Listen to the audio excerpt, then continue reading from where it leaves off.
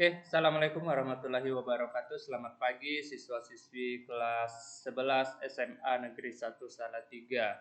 Semoga masih dalam keadaan sehat dan selalu semangat dalam proses pembelajaran daring yang sudah guru-guru kalian persiapkan ya. Bertemu lagi bersama saya ya Diwan Firmansyah dalam mata pelajaran yang agak berbeda hari ini ya. Saya ditugaskan mengajar pelajaran sejarah Indonesia di kelas 11 MIA ya. Sebelumnya saya mengajar informatika ya, jadi jangan kaget ya. Karena di kelas 11 saya tekankan lagi saya ditugaskan untuk mengajar pelajaran sejarah Indonesia. Ini adalah pertemuan pertama kita ya yang akan membahas tentang perburuan mutiara dari timur dan perebutan hegemoni ya. Langsung saja untuk mempersingkat waktu, langsung saja kita akan membahas tentang perburuan mutiara dari timur dan perebutan hegemoni. Ya. Pembahasan kita yang pertama itu tentang motivasi, nafsu, dan kejayaan bangsa Eropa ya di Indonesia tentunya. Di dalam sejarah bangsa-bangsa di dunia dikenal adanya masa penjajahan samudra. Aktivitas penjelajahan samudra ini dalam rangka untuk menemukan dunia baru.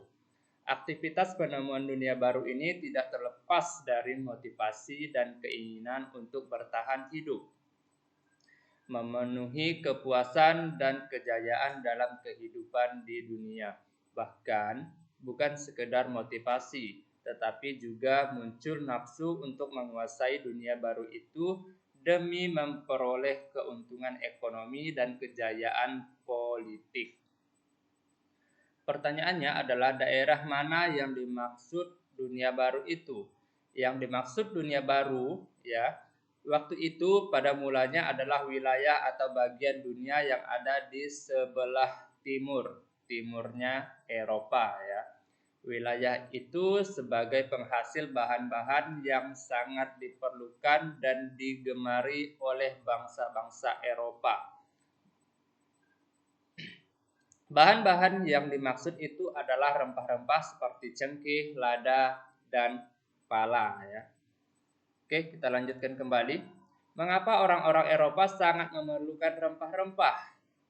Orang-orang Eropa berusaha sekuat tenaga untuk menemukan daerah penghasil rempah-rempah. Rempah-rempah ini menjadi komoditas perdagangan yang sangat laris di Eropa. Rempah-rempah ini sangat diperlukan untuk bumbu masak dan bahan minuman yang dapat menghangatkan badan ya. Hal ini sangat cocok untuk orang-orang Eropa yang memang tinggal di daerah dingin ya atau bermusim es ya, dingin ya. Kemudian dari mana asal rempah-rempah itu ya? Sini akan kita bahas.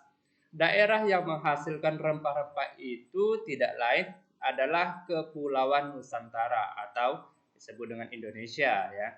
Orang-orang Eropa menyebut daerah itu dengan nama Hindia.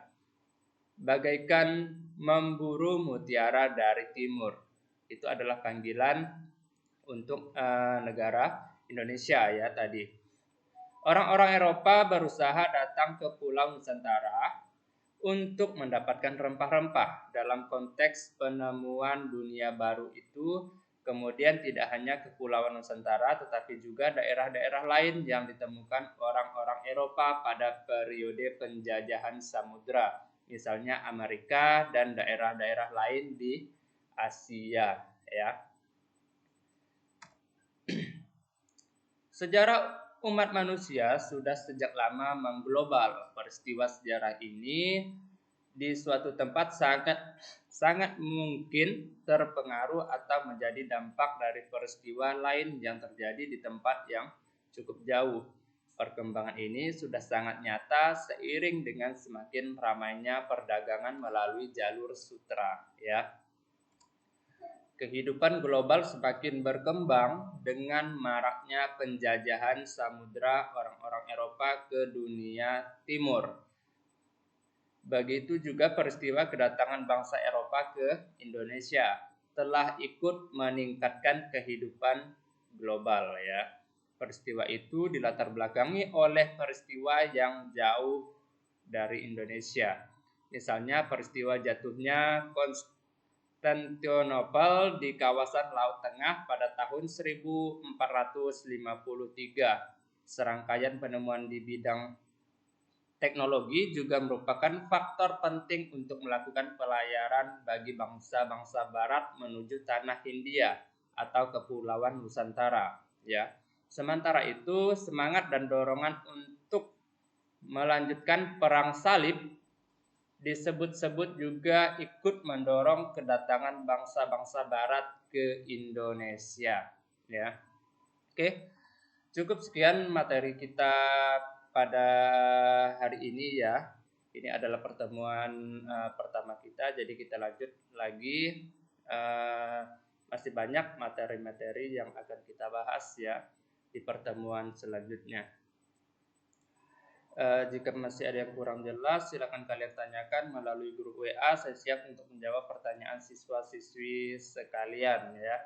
Oke, sebelum saya akhiri, saya ingin berpesan kepada siswa-siswi sekalian ya, untuk selalu menerapkan protokol kesehatan ya, menggunakan masker, mencuci tangan, dan menghindari kerumunan untuk sementara ya, demi memutus mata rantai penyebaran COVID-19 agar kita bisa ya belajar tatap muka ya kan, ya beraktivitaslah seperti yang dulu ya, kembali normal maksudnya. Oke. Kalau masih ada yang kurang jelas, silakan kalian tanyakan melalui grup WA. Saya siap menjawab pertanyaan siswa-siswi sekalian ya.